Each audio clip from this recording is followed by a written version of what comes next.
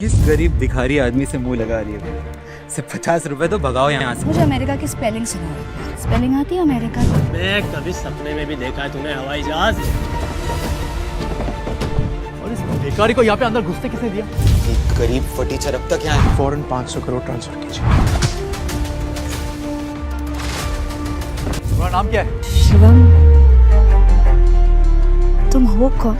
Sir मेरी flight है US के लिए अगले 30 मिनट में, प्लीज सर। लाओ लाओ टिकट दिखाओ। सर टिकट अंदर है मेरे मैनेजर के पास, प्लीज सर। चल, ऐसा नहीं होता टीचर, ये एयरपोर्ट है, कोई बस स्टैंड नहीं कि मुंह उठा के चल दोगे। चलो चलो भाई, मैं हाथ जोड़ रहा हूँ, मेरी फ्लाइट है सर यूएस के लिए 30 मिनट में सर, प्लीज सर। टिकट अंदर है। भिखारी, कपड़े तेरे गंदे हो रहे हैं, चप्पल में तेरे छेद हो रहा है, तो क्या कह रहे थे? तेरी फ्लाइट है आधे घंटे बाद, और वो भी यूएस के लिए। मैं कभी सपने में भी देखा है तूने हवाई जहाज। चल निकल बाहर, चल। मैं आपके आगे हाथ जोड़ता हूँ सर, मेरी फ्लाइट है सर, प्लीज मुझे जाने दीजिए प्लीज। तो ऐसा नहीं जाएगा ना? प्लीज सर, मैं रिक्वेस्ट कर रहा हूँ सर। चल, अरे मार मार के मोर बना दूंगा तेरा, समझा?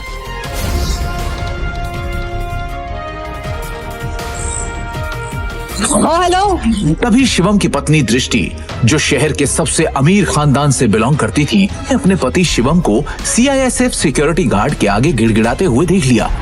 शिवम और दृष्टि सिर्फ नाम के पति पत्नी थे, क्योंकि इनकी शादी दृष्टि के दादाजी ने जबरदस्ती करवाई थी, जिसके बाद शिवम इनके घर में एक नौकर और घर जमाई बनकर रहने लगा।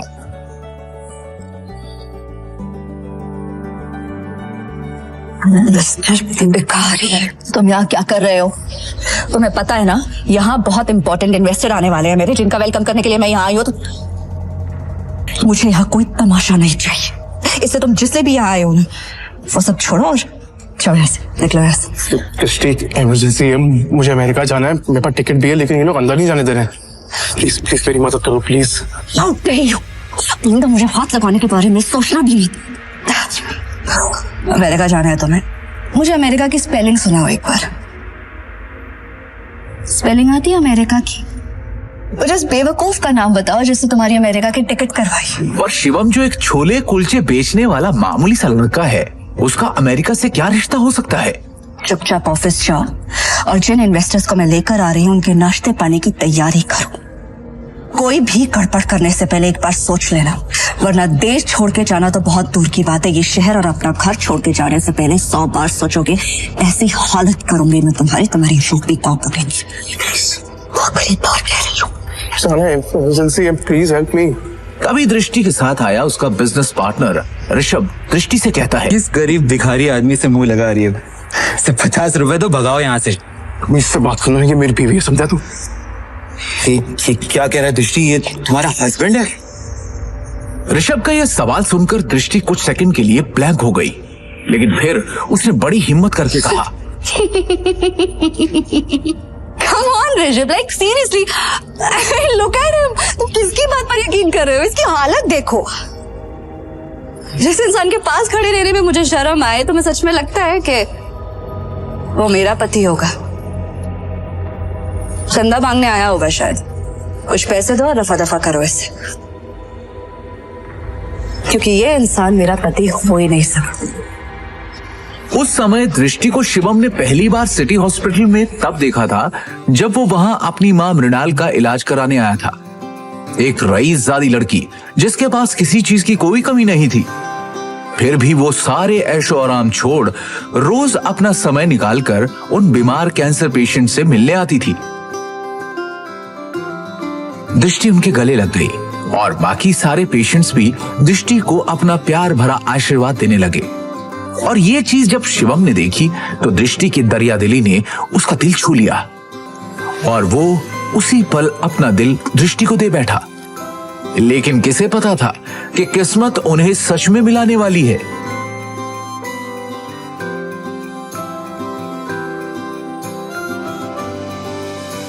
सुन लिया, अब इससे पहले कि मैं मार मार के तेरा मुंह तोड़ दूं, तो अपने आप यहां से निकल जा।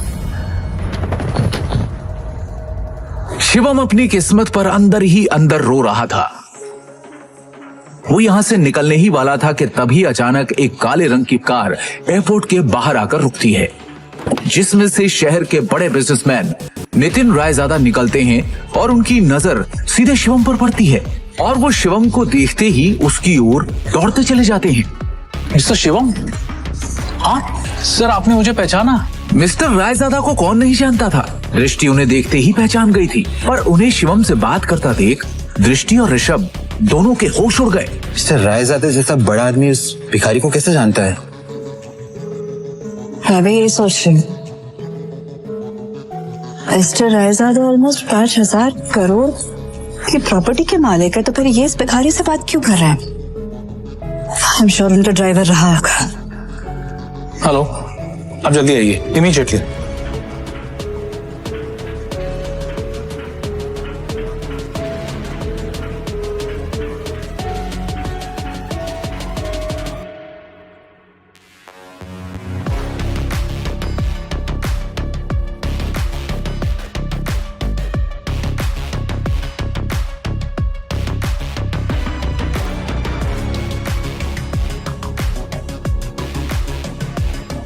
मिस्टर रायजादा से भीख मांग के उस गरीब ने एयरपोर्ट में एंट्री ले ली है। पता नहीं वो एयरपोर्ट जाके क्या करेगा। Excuse me, mister Raizada, right? Hi, मैं दृष्टि, नारंग ग्रुप की CEO। Please don't mind me asking, लेकिन अभी अभी आप जिस शख्स से बात कर रहे थे, आप उसे कैसे जानते हैं? मतलब देखने में वो भिखारी लग रहा था, आप उस भिखारी को कैसे जानते हैं? You mean mister Shivam? Are you kidding? आप मिस्टर शिवम को भिखारी कह रही हैं? लगता है आप मार्केट में काफी नई आई है मैडम, वरना ऐसी बकवास नहीं करती। अच्छा, मैं चलता हूँ। दृष्टि सोच में पड़ जाती है कि आखिर मिस्टर रायजादा की बातों का क्या मतलब था। और दूसरी ओर शिवम तेजी से एयरपोर्ट के अंदर भाग रहा होता है कि उसे वहां उसका मैनेजर खड़ा दिखता है। ये रही आपकी यूएस की टिकट, ये रहा आपका फोन, जल्दी से गेट नंबर 3 पर जाइए, आपके पास ज्यादा समय नहीं है, please go. Thank you. Shivam तेजी से वहां से भागते हुए गेट नंबर 3 की तरफ निकल जाता है। वो गेट नंबर 3 पर पहुंचने वाला ही होता है कि उसके सामने अचानक एक आदमी आ जाता है, जिससे वो टकराकर नीचे गिर पड़ता है।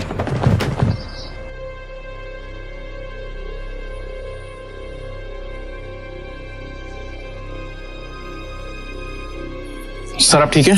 अबे अंधा है क्या? हाँ, अबे एयरपोर्ट है ये, कॉलोनी का कोई पार्क नहीं है, समझा?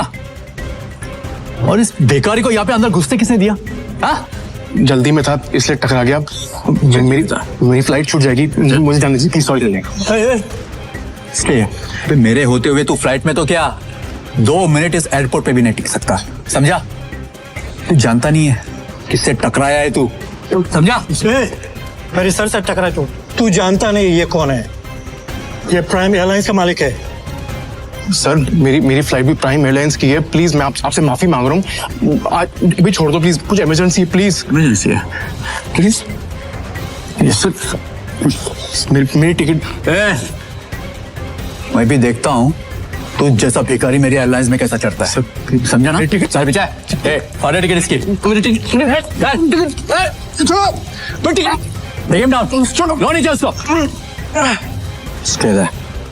समझा ना? और उसका टिकट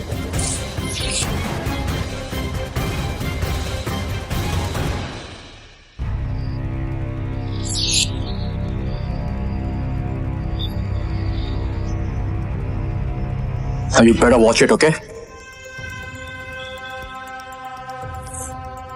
चलो, let's go. जब वो शिवम की यूएस की टिकट के 4 टुकड़े करके उसके मुंह पर फेंकता है, तब शिवम गुस्से में उठता है और उन बॉडीगार्ड्स को जमीन पर गिरा देता है।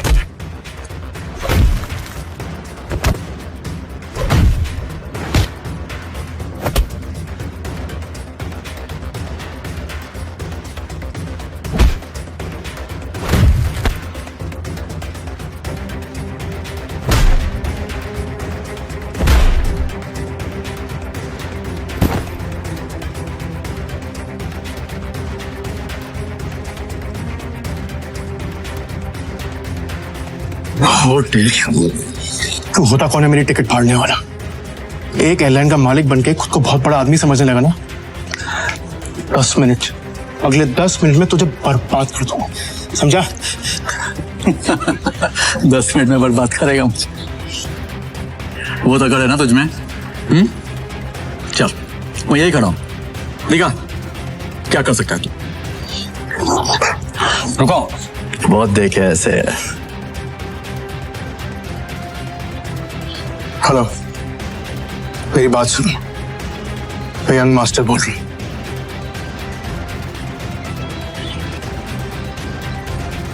प्रिय यात्रियों, यह सूचित किया जाता है कि प्राइम एयरलाइन की सेवाएं अस्थायी रूप से रोक दी गई हैं। इसके कारण होने वाली असुविधा के लिए हमें खेद है। सभी यात्रीगण से अनुरोध है कि अधिकतम जानकारी के लिए हमारी आधिकारिक वेबसाइट या हेल्पलाइन से संपर्क करें। प्रिय यात्री, बिना मेरे परमिशन और नोटिस के अनाउंसमेंट कैसी हुई? सर, हमें ऊपर से इमीडिएटली ऑर्डर आया है, अस्थायी रूप से आपका लाइसेंस कैंसिल कर दिया गया। इसके कारण होने वाली असुविधा प्राइम एयरलाइंस अब बैन हो चुकी है। आपको जो भी बात करनी है सर मिनिस्ट्री में कीजिए। अनुरोध है कि अद्यतन जानकारी के लिए हमारी आधिकारिक वेबसाइट या हेल्पलाइन से संपर्क करें।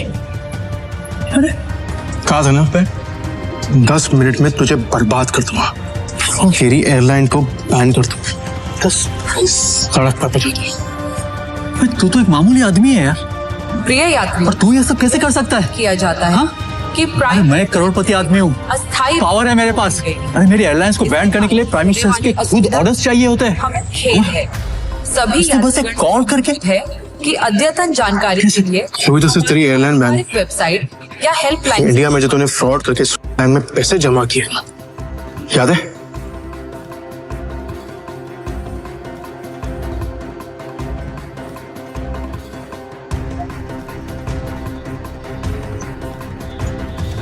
उसके लिए तुझे जेल भी भिजवा सकता, लेकिन अभी इमरजेंसी है, इसलिए इतने में ही छोड़ लो। न तेरे हाथ में कटोरा देके ना तो भीख मंगवा दे।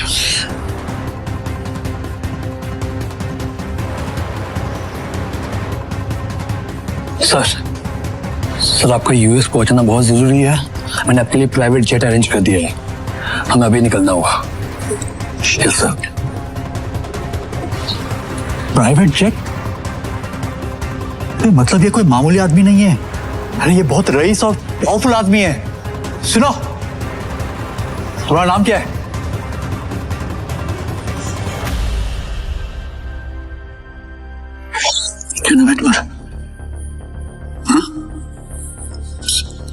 सॉरी, माफ कर दीजिए सर, सॉरी सर। ऑनेस्टली अगर मुझे पहले पता होता ना सर, तो मैं खुद आपके लिए एक जेट अरेंज करता। Please forgive me sir. आइंदा से ऐसी गलती नहीं होगी। अब एयरलाइन ही नहीं है तो गलती कैसे हो सर?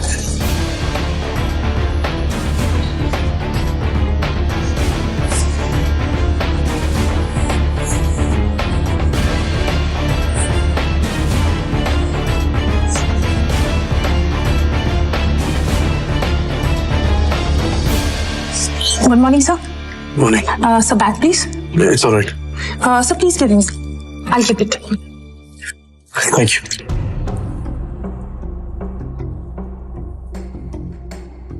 पर तभी यूएस से एक कॉल आती है। हेलो शिवम सर, अब आपको यूएस आने की कोई जरूरत नहीं है। हमें डोनर मिल चुका है और बड़े साहब अब खतरे से बाहर है। हम कल ही उन्हें लेके इंडिया आ रहे हैं। थैंक गॉड, मैं तो डर ही गया था। Keep me posted, okay?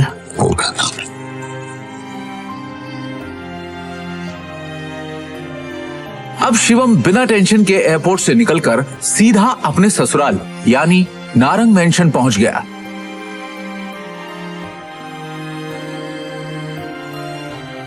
उधर रोज की तरह शिवम दुनिया से बेखबर अपनी ही धुन में हाथों में दृष्टि का लंच बैग और कानों में ईयरफोन्स लगाए ऑफिस आया। गुड मॉर्निंग मिसेस वर्मा, कैसी हैं आप? आज का दिन बहुत खूबसूरत है ना? Hello, how are you? यू तो टेंशन क्यों है? तू सारा टाइम घर में वर्करूम की तरह काम करता रहेगा कि कभी न्यूज भी देखेगा? इतने बड़े बिजनेसमैन का दामाद है और तुझे बिल्कुल खबर नहीं बिजनेस की। सर क्या हुआ कि मुझे मालूम नहीं है। देखते हैं। सरकारी टेंडर्स ना मिलने से नारंग इंडस्ट्रीज को बड़ा झटका। वेंटिलेटर पे चल रही नारंग इंडस्ट्रीज को इस 200 करोड़ के टेंडर से बहुत उम्मीदें थी, लेकिन ये टेंडर चला गया कपूर इंडस्ट्रीज के पास। नारंग इंडस्ट्रीज और उसके गिरते हुए शेयर्स को कैसे बचाएगी दृष्टि नारंग? ऋषभ दृष्टि का बिजनेस पार्टनर था। वैसे तो उसे दृष्टि का जीवन साथी बनना था, लेकिन दृष्टि के दादाजी ने मरने से पहले जबरदस्ती दृष्टि की शादी एक सड़क छाप गरीब लड़के शिवम से करा दी थी, जो छोले कुलचे बेचता था। और फिर दृष्टि के दादाजी के गुजर जाने के बाद बिजनेस को संभालने के लिए दृष्टि के पिता अखिल नारंग ने बहुत कोशिश की, लेकिन वो कंपनी को संभाल नहीं सके। तनाव की वजह से उनकी तबीयत पर गहरा असर पड़ा, नुकसान बढ़ता जा रहा था, इसलिए दृष्टि को यह जिम्मेदारी उठानी पड़ी। हालांकि ऋषभ चाहता तो दृष्टि की यह समस्या अपने पापा के दोस्त मिस्टर नारायण से रिक्वेस्ट करके हल करवा सकता था, लेकिन दृष्टि से अपनी सगाई टूटने के बाद उसने फैसला किया कि वो कभी भी दृष्टि की मदद नहीं करेगा। दृष्टि बिल्कुल खामोश बैठी थी। वो हर हाल में इस कंपनी को बचाना चाहती थी। टेंडर ना मिलने की वजह से सारे इन्वेस्टर्स ने अपने हाथ खींच लिए। इनफैक्ट ये देखो, ये बैलेंस शीट, इसमें भी कुछ खास नहीं है। They don't have trust on us anymore. अगर ऐसा ही चलता रहा ना तो हमारी कंपनी दिवाला हो जाएगा। नहीं नहीं नहीं नहीं नहीं नहीं नहीं, no, this can not happen. I can't let this happen. ये कंपनी सिर्फ कंपनी नहीं है। दादाजी ने खून पसीने की मेहनत से नारंग ग्रुप ऑफ कंपनीज को खड़ा किया था, और इसका परचम सिर्फ हमारे देश में नहीं बल्कि विदेश में भी लहरा रहा है। बहुत मेहनत से दादाजी ने इसे कामयाब बनाया है। हमारी एक गलती की वजह से या कुछ ना कर पाने की वजह से मैं दादाजी की पूरी मेहनत को मिट्टी में मिलने नहीं दे सकती। We have to do something. I can't lose this company. This is not the option. आप सब प्लीज कुछ कीजिए। आपको तो कोई आइडिया होगा ना, कोई सोल्यूशन होगा। Somebody just find a way. दृष्टि बेटा, तुम्हारे दादाजी के टाइम से हमारे कुछ वफादार एसोसिएट्स थे जिनके साथ हम बिजनेस करते थे, लेकिन उनके निधन के बाद ऋषभ के निर्देश पर हमने उनके साथ डील करना बंद कर दिया। अगर तुम कहो तो उनसे मर्जर की बात की जाए। राजा काका, दैट्स नॉट एन ऑप्शन है। और वैसे भी आज की खबर सुन के मुझे नहीं लगता कोई हमारे साथ मर्जर करेगा। Mohit, let's look at other options. Meanwhile, what can we do? Raja Mauli उर्फ राजा काका दृष्टि के दादाजी के पुराने वफादार थे, लेकिन आज वो सिर्फ नाम के कंपनी एडवाइजर थे। नारंग इंडस्ट्रीज और उसके गिरते। Hello, yes ma'am, yes ma'am, I get the files. अपने एक्सपर्ट से हम जानेंगे दिवालिया हो रही नारंग इंडस्ट्रीज का भविष्य। नारंग इंडस्ट्रीज और उसके गिरते हुए शेयर्स को कैसे बचाएगी दृष्टि नारंग?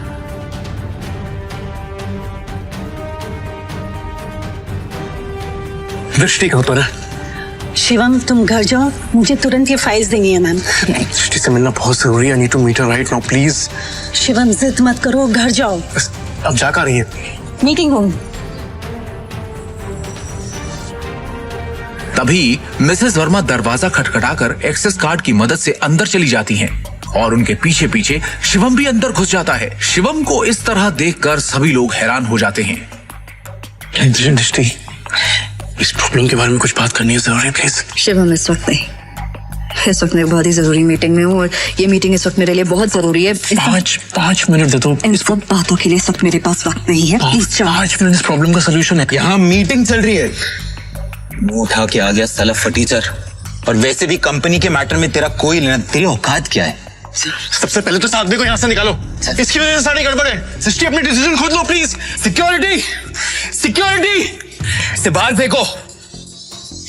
सर, मैं यहाँ संभाल लूंगी, आप मीटिंग में वापस जाइए प्लीज। छोड़ो इसे, छोड़ो। मैडम, लेकिन सर ने इन्हें बाहर निकालने को कहा है। छोड़ो इसे, ये कोई चोर है क्या? ये दृष्टि मैम के पति हैं और नारंग इंडस्ट्रीज के घर जमाई। भूल गए क्या तुम लोग?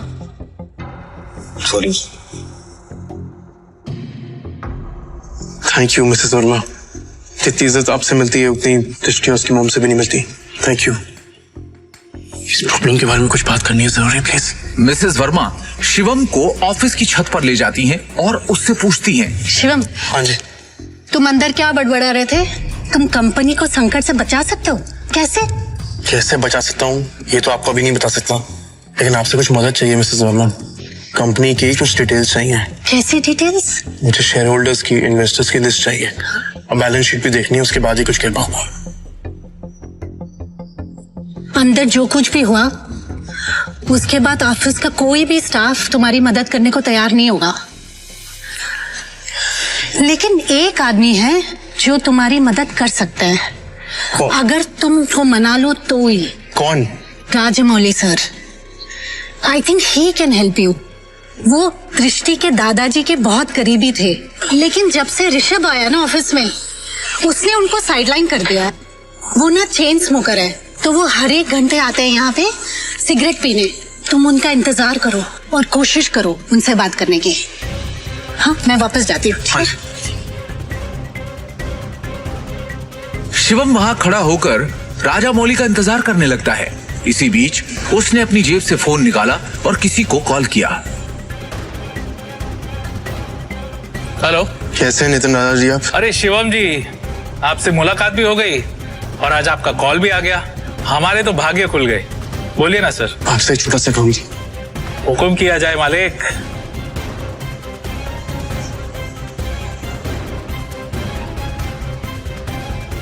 आप जल्दी से डिटेल्स पता करके मुझे कॉल कीजिए। रखता हूँ, बाय।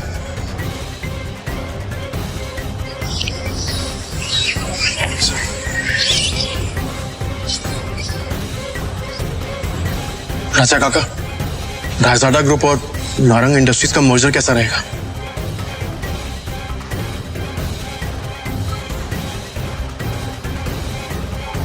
रायजादा, तुम इनके बारे में कैसे जानते हो? ये तो हमारे पुराने बिजनेस एसोसिएट्स थे। तुम्हें क्या पता इनके बारे में? इसके बाद शिवम ने राजा काका को कुछ ऐसा बताया कि उसे सुनने के बाद उनके होश उड़ गए।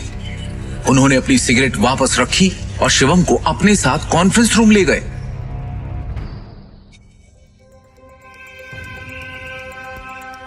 ये गरीब फटीचर अब तक यहाँ है। अपनी भाषा पर नियंत्रण रखो। दृष्टि बेटी, हमें शिवम की बात को सुनना चाहिए कि वो कहना क्या चाहता है। इसके पास एक योजना है। योजना? सड़क छाप। जितनी तुम्हारी उम्र है ना, उससे ज्यादा एक्सपीरियंस मुझे इस कंपनी में काम करने का हो चुका है। इस सब नोक झोंक के बीच दृष्टि गहरी सोच में थी। उसे अपने दादाजी की एक बात याद आ रही थी। दृष्टि बेटी, शिवम तुम्हारे लिए एक अच्छा जीवन साथी है और एक बात हमेशा याद रखना, जब भी तुम्हें या नारंग इंडस्ट्री पे कोई भी परेशानी आई तो शिवम ही तुम्हें उससे बाहर निकालेगा। आप कहना क्या चाहते हैं? इनफ। शांत हो जाइए आप सब, प्लीज प्लीज थोड़ी देर के लिए चुप हो जाइए। और ऋषभ, तुम भी चुप रहो। भूलिए मत आप सब लोग, इस कंपनी की बॉस अब भी मैं हूं। डिसीजन मेकिंग पावर मेरे हाथ में है, होगा वही जो मेरा फैसला होगा। शिवम, तुम कहो तुम्हें क्या कहना है? हाँ शिवम। हाँ जी। क्या बेटा? सबसे पहले मुझे कंपनी के शेयर होल्डर्स और इन्वेस्टर्स की लिस्ट चाहिए और बैलेंस शीट भी देखनी है, उसके बाद ही कुछ कह पाऊं। दृष्टि, ये बहुत ज्यादा हो रहा है। हम ऐसे ही किसी को अपनी कंपनी की डिटेल्स शेयर नहीं कर सकते। लैपटॉप दो सर। प्लीज। चलो। दृष्टि, तो ये बात। ऋषभ, भूलो मत तुम्हारी बॉस का पति है जिसके बारे में तुम ऐसे बात कर रहे। अगली बार तमीज का इस्तेमाल जरूर करना। 2 साल में पहली बार शिवम ने दृष्टि को उसके लिए लड़ते हुए देखा। दृष्टि की बात सुनते ही उसका सीना चौड़ा हो गया। Shivam, you continue.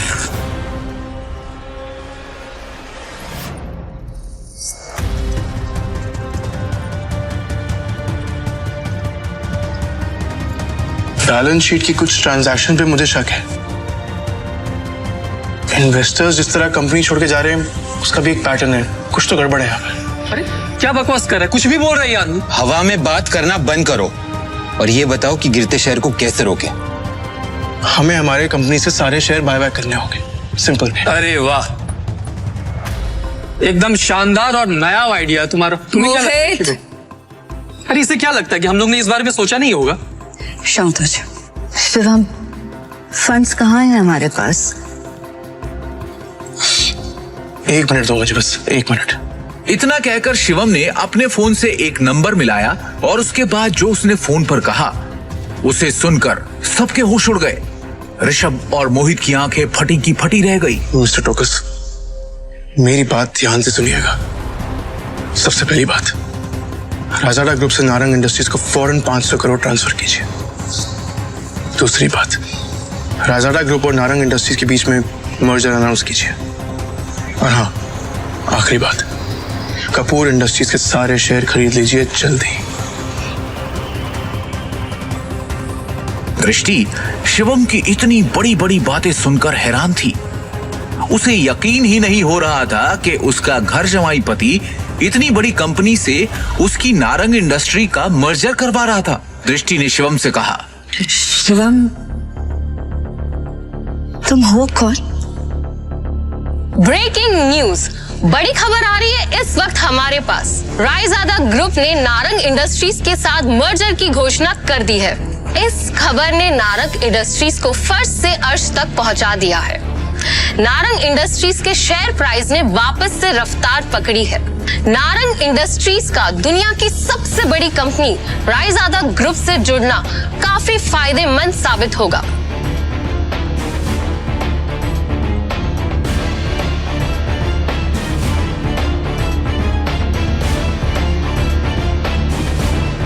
क्या दृष्टि को मिलेगा शिवम से अपने सवाल का जवाब? ये सब जो अभी अभी हुआ था, ये किसी जादुई सपने से कम नहीं था। लेकिन एक बात जो अब भी सबकी नजरों से शिवम ने छुपाकर रखी थी, वो थी उसकी आंतरिक शक्तियां, जिसे शिवम उजागर करने की कोशिश कई दिनों से कर रहा था। शिवम वहां से निकलकर एक शादी में गया था जहां उसे करण मिला था, जो कि दृष्टि का कजन था। वो शिवम को बेइज्जत करने से कभी बाज नहीं आता था। शिवम और उसके बीच नोक-झोंक कई समय से चलती आ रही थी, लेकिन उस दिन शिवम ने करण की बेइज्जती पूरे रिश्तेदारों के सामने कर दी और वहां से घर चला गया। करण ने अपने गुस्से को पी लिया और ठान लिया कि वो शिवम को नहीं बख्शेगा। दूसरी ओर अपना खाना खत्म करके शिवम ने अपने बर्तन धोए और फिर वो अपने बेड पर आराम करने बैठ गया। ध्यान या मेडिटेशन करने की महारत उसने पिछले कुछ सालों में ही पाई थी। शिवम के लिए मेडिटेशन उसके शरीर के अंदर दिन भर में जमा हुई गंदगी बाहर निकालने का एक जरिया है। और तभी शिवम ने हाथ आगे बढ़ाया और बेड के साइड में रखा एक काला पत्थर उठाया।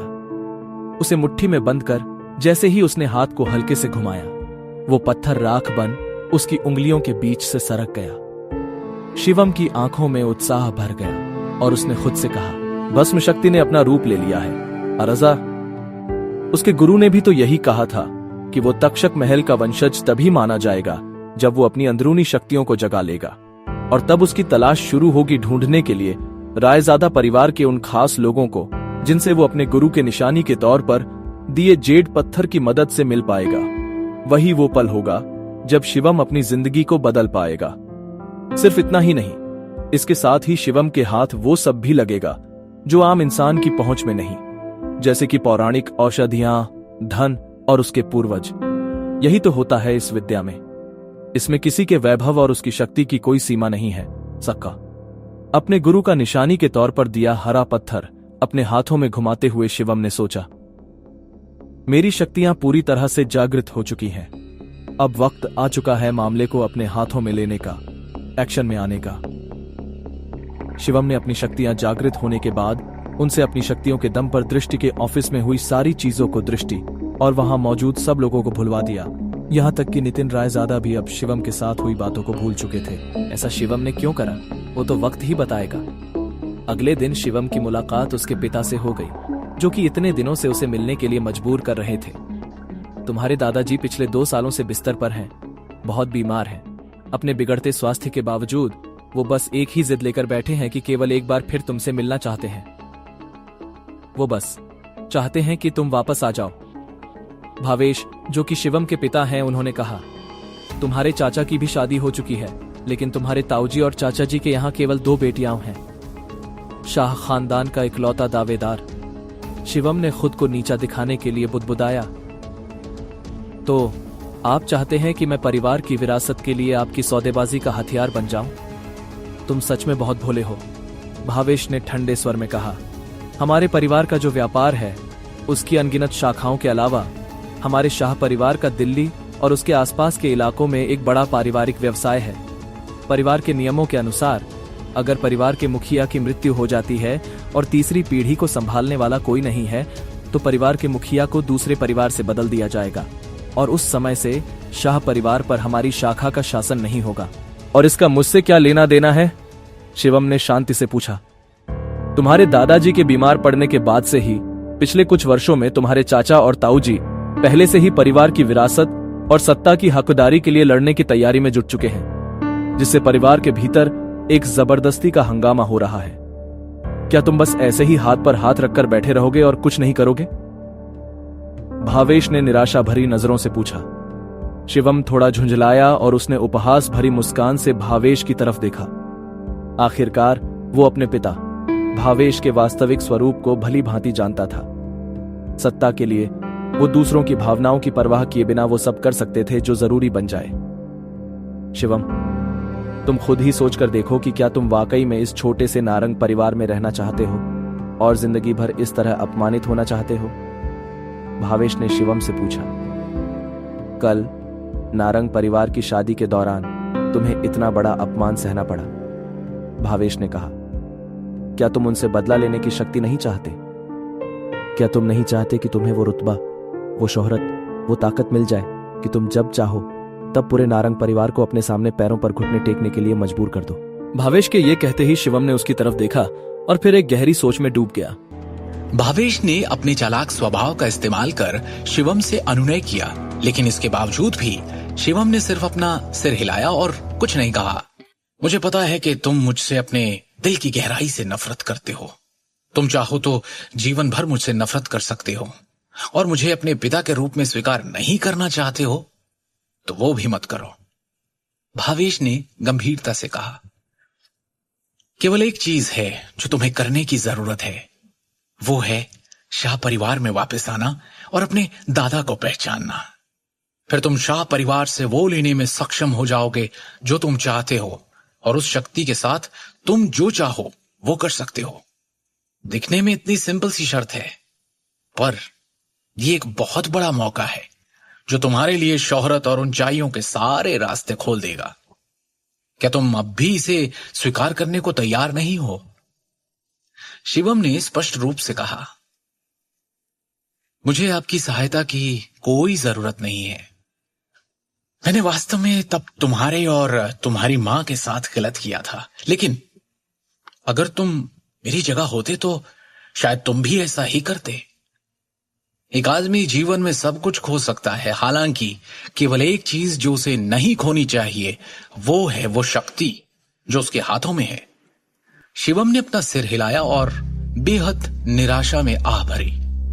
पूरे 1 दशक के बाद भी भावेश को अभी भी उसने उसके और उसकी मां के साथ जो किया उसके लिए किसी प्रकार का पछतावा या अपराध बोध महसूस नहीं हो रहा था। शिवम ने खड़े होकर जाने से पहले कहा, मैं वापस जाने और अपने दादाजी से मिलने का समय चुनूंगा। हालांकि शाह परिवार के मामले का मुझसे कोई लेना देना नहीं है। ठीक है, तुम जा सकते हो। मैंने तुम्हें पहले ही शर्तें बता दी है और तुम्हारे जवाब का इंतजार रहेगा। मुझे पता नहीं क्यों ये यकीन है कि तुम अंत में अपना विचार बदल दोगे। हाँ, आपने जो कहना है या करना है वो कीजिए। नोएडा सिटी, पूर्वी जिला, रायजादा ग्रुप बिल्डिंग। इमारत के प्रवेश द्वार पर पहुंचकर शिवम गेस्ट हॉल में चलने के लिए आगे बढ़ा। सर, क्या मैं पूछ सकती हूँ आप किसे ढूंढ रहे हैं? रिसेप्शनिस्ट ने विनम्रता से पूछा। मैं आपके डायरेक्टर नितिन रायजादा से मिलने आया हूँ, शिवम ने शांति से कहा। आप डायरेक्टर रायजादा से मिलने आए हैं? क्या आपके पास अपॉइंटमेंट है? उस रिसेप्शनिस्ट ने फिर पूछा। कैजुअल स्ट्रीट वियर टाइप के कपड़े पहने शिवम किसी ऐसे व्यक्ति की तरह नहीं दिख रहा था जिसके पास डायरेक्टर नितिन रायजादा जैसे बड़े आदमी से बात करने की योग्यता भी हो। मिलना तो दूर की बात थी। आप उन्हें सिर्फ मेरा एक मैसेज दे दीजिए और जैसा मैं कह रहा हूं बिल्कुल आप वैसा ही उनसे कहिए। उन्हें बताइए कि मैं चेतन आनंद रायजादा का दोस्त हूं। ठीक है, आप प्लीज कुछ देर वेट कीजिए। भवन के दूसरी ओर डायरेक्टर के ऑफिस में एक असाधारण स्वभाव वाला एक मध्यम आयु वर्ग का व्यक्ति कुछ डॉक्यूमेंट्स और फाइल्स की जांच कर रहा था। कम इन। अनुमति मिलने के बाद एक युवा पुरुष सेक्रेटरी ऑफिस के अंदर आया और उसने नर्म तरीके से सम्मान पूर्वक कहा, डायरेक्टर सर, फ्रंट डेस्क से मैसेज आया है कि कोई आपको ढूंढ रहा है। Front desk? दिन के इस वक्त मेरा कोई अपॉइंटमेंट नहीं है ना?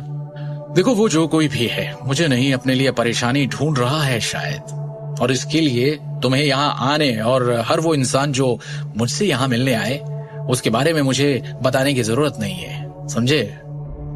सर वो एक्चुअली, सेक्रेटरी थोड़ा सा हिचकिचाया और फिर उसने कहा, सर उस आदमी ने आपको एक मैसेज देने के लिए कहा है।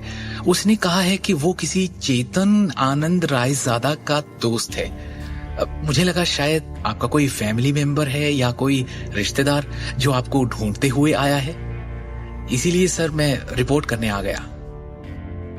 चेतन आनंद रायजादा? और उसने गंभीरता से सेक्रेटरी को देखा। आखिरकार चेतन आनंद रायजादा उसके दादा और दिल्ली के मशहूर रायजादा परिवार के पितामह थे। पूरे शाही शहर में केवल रायजादा परिवार के प्रत्यक्ष वंशज ही अपने दादा के नाम का हिस्सा जानते थे। उनके पूरे नाम की तो बात ही छोड़ दें। कैसा दिखता है वो आदमी जो नीचे आया है? नितिन ने पूछा। सेक्रेटरी ने तुरंत जवाब दिया, यंग है सर, यही कोई 23-24 साल का होगा। उसे इसी वक्त पूरे सम्मान के साथ यहाँ मेरे ऑफिस में लेकर आओ। नितिन ने थोड़ा कंफ्यूज्ड स्टेट में सेक्रेटरी को ऑर्डर दिया। 5 मिनट बाद शिवम को सेक्रेटरी द्वारा 36वीं मंजिल पर डायरेक्टर के कार्यालय में लाया गया और जैसे ही शिवम ऑफिस के अंदर आया वो नितिन के सामने एकदम भरकर बैठ गया। उस अधेड़ उम्र के व्यक्ति जो उस कंपनी का डायरेक्टर है, उसने उसे गंभीर भाव से देखा। क्या मैं पूछ सकता हूँ आप कौन हैं सर? क्या आप इसे पहचानते हैं? शिवम ने वो हरा जेड पत्थर जो उसे निशानी के तौर पर गुरुजी से मिला था उसे निकालते हुए कहा। उस जेड पत्थर की सतह को जटिल पैटर्न के साथ उकेरा गया था, जबकि चरित्र रायजादा को केंद्र में अंकित किया गया था। ये तो... नितिन ने हैरान भाव से उस हरे पत्थर को देखा। उसका दिमाग अभी भी अस्पष्ट था और उसमें हजारों सवाल थे। ये जेड शहर के रायजादा परिवार से किसी की पहचान और कनेक्शन का प्रतीक है। ऐसे केवल कुछ ही पत्थर तैयार किए गए थे, यहां तक कि खुद नितिन के पास ऐसा एक भी नहीं था। अब कृपया एक क्षण प्रतीक्षा करें, तब तक मैं आनंद जी को आमंत्रित करता हूं, नितिन ने सम्मानजनक स्वर में कहा। इस युवक को नाराज करने की हिम्मत नहीं थी उसमें, जो अभी भी उसके लिए एक राज था। शिवम ने हां में सर हिलाया।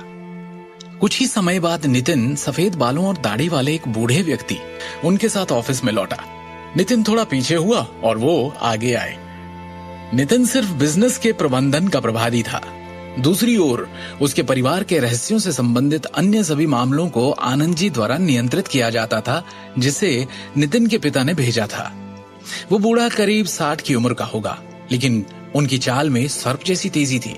इसके अलावा उनकी तेज आंखें जोश से भरी थी, जबकि उनके शरीर में उच्च आत्माओं का उत्सर्जन था। शिवम के हाथ में जेड टोकन को करीब से देखते हुए बूढ़े ने एक सांस लेने से पहले अविश्वास में देखा और अपना परिचय दिया। मैं हूँ जतिन आनंद। क्या मैं आपका शुभ नाम जान सकता हूँ sir? Shivam. Brother Shivam Raizada group के लिए जेड टोकन लाए हैं। मुझे माफ करें, लेकिन क्या मैं आपकी पहचान का परीक्षण कर सकता हूँ? जरूर। शिवम ने हाँ में सिर हिलाया। जतिन को एक नजर देखते ही शिवम बता सकता था कि वो एक साधारण बूढ़ा आदमी नहीं था। इसे देखकर एक बात तो साफ थी कि जतिन आनंद तक्षक विद्या की दुनिया में एक विशेषज्ञ थे। जवाब में सिर हिलाने के बाद जतिन ने अचानक अपनी कलाई को हिलाया और एक जेट गेंद को रोल करते हुए फेंका, जो हवा में घूमती हुई तेजी से शिवम की ओर जा रही थी। अचानक हुए हमले के बावजूद शिवम ने तेजी से अपनी तरफ आती हुई उस जेट बॉल को नंगे हाथों से पकड़ लिया और अपनी सीट पर बैठ गया। और जैसे ही उसने अपनी मुट्ठी खोली, उसकी उंगलियों के बीच से जेट धूल का ढेर फिसलने लगा। इस अप्रत्याशित दृश्य को देखकर नितिन की आंखें चमक गई। जतिन आनंद की अभिव्यक्ति भी फीकी पड़ गई और वो खुद से बुदबुदाए, एक आंतरिक शक्ति विशेषज्ञ इतनी कम उम्र में, कहीं ये उस इंसान का वंशज तो नहीं? रायजादा परिवार के एक बुजुर्ग के रूप में वो प्राचीन तक्षक विद्या से संबंधित गांधी परिवार के रहस्यों के संपर्क में आए थे। इस प्रकार वो मोटे तौर पर शिवम की असली पहचान का अनुमान लगा सकते थे। जतिन आनंद ने झुककर सम्मानपूर्वक कहा, मैं रायजादा परिवार की तीसरी शाखा का बड़ा जतिन आनंद आपका अभिवादन करता हूं, महान Elder. Nitin Raizada great Elder का अभिवादन करता है, नितिन ने गंभीर स्वर में कहा। शिवम के हाथ में जेड टोकन रायजादा परिवार के महान बुजुर्ग की पहचान का प्रतिनिधित्व करता है। रायजादा परिवार के नियम बेहद सख्त थे और किसी को भी उनका अपमान करने की अनुमति नहीं थी। अपनी पहचान स्वीकार किए जाने के बाद शिवम ने थोड़ा सिर हिलाया। द ग्रेट एल्डर इस बार ईस्ट ब्रांच ग्रुप में आए हैं, क्या मैं आपके लिए कुछ कर सकता हूं? जतिन ने गंभीरता से पूछा और उनके इस सवाल पर शिवम के अंदर हजारों बातों का तूफान सा उठ पड़ा। शिवम को पता है कि वो रायजादा ग्रुप के ऑफिस में क्यों आया है, उसे उनसे क्या मांगना है, पर इससे पहले कि वो अपनी बात कहता, उसका फोन बज उठता है। शिवम, फौरन मेट्रो सिटी हॉस्पिटल पहुंचो। मैंने तुम्हारे और दृष्टि के तलाक के कागजात बनवा लिए हैं, अभी के अभी आकर उन पर साइन करो। फोन की दूसरी ओर से दृष्टि की मां सिमी ने चीखते हुए कहा, आप हॉस्पिटल में क्यों हैं? क्या चल रहा है मम्मी जी? शिवम ने गंभीरता से पूछा। दृष्टि के पापा फैक्ट्री में थे जब करण अचानक फैक्ट्री खरीदने आ गया। वहां कुछ ऐसा हुआ कि ये घायल हो गए, हॉस्पिटल में एडमिट करना पड़ा। करण और दृष्टि में भी बहस हुई और दृष्टि बेहोश हो गई। करण अब भी गुस्से में है, कर्ज के भुगतान के लिए जबरदस्ती हमारा घर बेचने पर तुला है। बस एक शर्त पर हमें बख्शने को तैयार है कि दृष्टि तुम्हें तलाक दे दे। हम ये सब और नहीं सह सकते, भगवान के लिए उसे तलाक दे दो। सिमी विनती करते हुए रो पड़ी। मैं वहां पहुंचता हूं, कहकर जैसे ही शिवम ने फोन रखा, उसका चेहरा भावहीन सा हो गया। दृष्टि बेहोश हो गई। शिवम की आंखों में ऐसा क्रोध उमड़ पड़ा जैसा आज तक कभी किसी ने नहीं देखा। उसने जतिन और नितिन की ओर देखते हुए शांति और अधिकार के साथ कहा, मैं चाहता हूं कि पूरी की पूरी नारंग एम्पायर दिवालिया हो जाए, वो भी एक दिन के अंदर। ग्रेट एल्डर, आपकी आज्ञा सर आंखों पर। नितिन रायजादा ने सम्मानपूर्वक उत्तर दिया। दिल्ली के सबसे बड़े मेट्रो सिटी हॉस्पिटल में शिवम जल्दी से कमरा नंबर 608 में पहुंचा। जानते हो ना क्यों हो रहा है ये सब हमारे साथ? क्योंकि तुमने करण के साथ बदतमीजी की। सिमी शिवम की ओर उंगली उठाकर गुस्से में बोलती जा रही थी। अरे क्या जरूरत थी? पंगा उसके साथ करने की सोची जाती है जो आपके बराबर की हैसियत का हो। तुम क्यों अपनी हैसियत भूल जाते हो बार बार? क्यों जलील किया करण को पार्टी में? इल्जामों की इस बौछार में भी शिवम चुप रहा। उसने बस अस्पताल के बिस्तर की ओर देखा। बिस्तर पर लेटे हुए उनके ससुर अखिल नारंग थे। आपको चोट कहां लगी? शिवम ने चिंतित स्वर में पूछा। घाव अंदरूनी है, घबराने की बात नहीं, अखिल ने दर्द भरी आवाज में कहा। शिवम की आंखों में अपने लिए चिंता देखकर दृष्टि बोल पड़ी। मैं ठीक हूं, पापा की मजदूरों से बहस हो गई, उन्हें पीटा गया। ये तो अच्छा हुआ किसी तरह उन्होंने अपना बचाव कर लिया। हालांकि शिवम का दिल गुस्से से भर गया था। उसने ये पूछने से पहले खुद को शांत किया। फैक्ट्री में एग्जैक्टली हुआ क्या था? दृष्टि इस बारे में बात नहीं करना चाहती थी। उसने बस एक भारी सांस भरी। पता नहीं करण को फैक्ट्री के लेनदारों के अधिकार कैसे मिले, या फिर वो कब कैसे सबसे बड़ा लेनदार बन गया। वो मजदूरों को फैक्ट्री की सारी मशीन तोड़ने फोड़ने के लिए उकसाने लगा। मैंने और दृष्टि ने उसे समझाने की कोशिश की, पर वो हंसता रहा हम पर। फैक्ट्री की सारी मशीन्स उठवा ली उसने। फैक्ट्री खत्म हो गई, घर भी जल्दी ध्वस्त हो जाएगा। बहुत निर्दयी हैं वो लोग, और हम क्यों उनका निशाना बने? सिर्फ तुम्हारी वजह से शिवम, सिर्फ तुम्हारी वजह से। बोला उसने कि वो तुम दोनों का तलाक चाहता है। मैंने तो हाँ कर दी है। अब तुम में थोड़ी शर्म है तो साइन कर दो इन पेपर्स पर। सिमी ने निर्दयता से कहा। बस करो सिमी। बिस्तर पर लेटे हुए अखिल ने गहरी आवाज में कहा, हर बात का दोष शिवम को देना बंद कर दो। ये सब जिसके कारण हो रहा है वो मैं हूं जो अपना परिवार संभालने में सक्षम नहीं है। वो मेरे भाई का बेटा है जो हमें हंसी का पात्र बनाने के लिए हमें बर्बाद करने पर तुला है। इस बार मैं अपनी बेटी की बात सुनूंगा।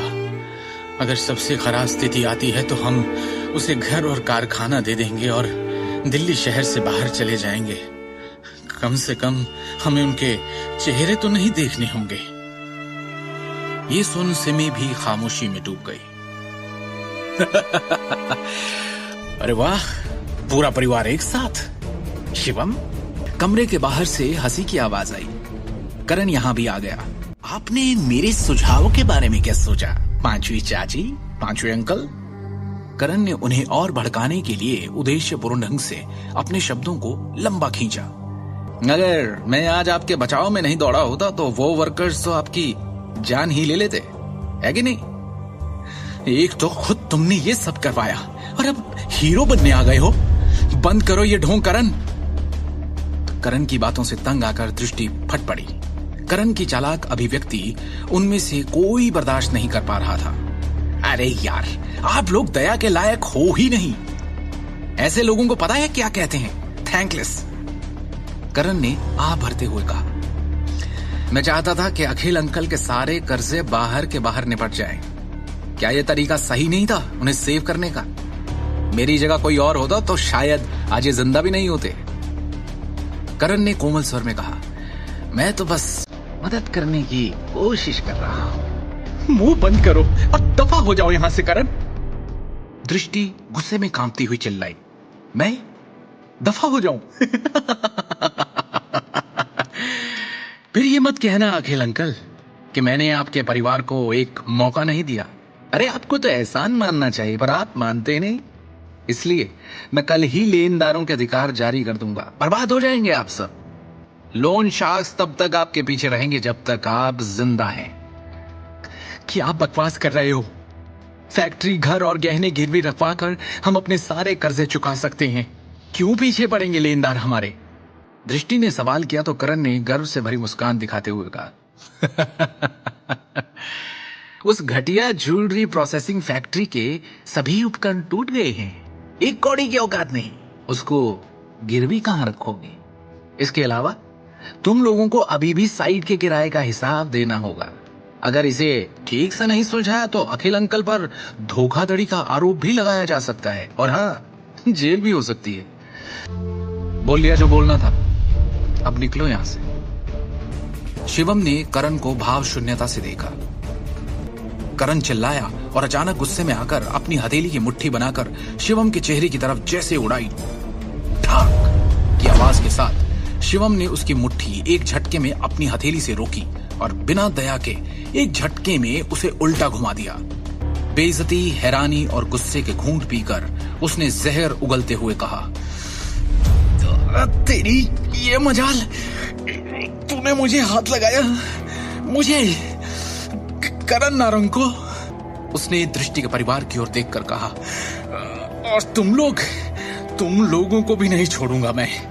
इस परिवार की कहानी अब खत्म समझो। अब तुम में से कोई नहीं बच सकता। अभी उसके साथ जो हुआ, करण को अब भी उस पर यकीन नहीं हो रहा था। बौखलाया हुआ, हड़बड़ाता हुआ उन्हें धमकी देकर वो वहां से तेज कदमों के साथ निकल गया। ये क्या कर दिया? किस पे हाथ उठा दिया?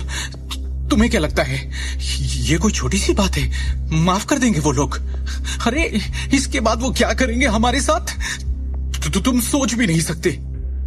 सिमी ने अत्यंत घबराकर डरे हुए लहजे में कहा, क्या जरूरत थी ये सब करने की?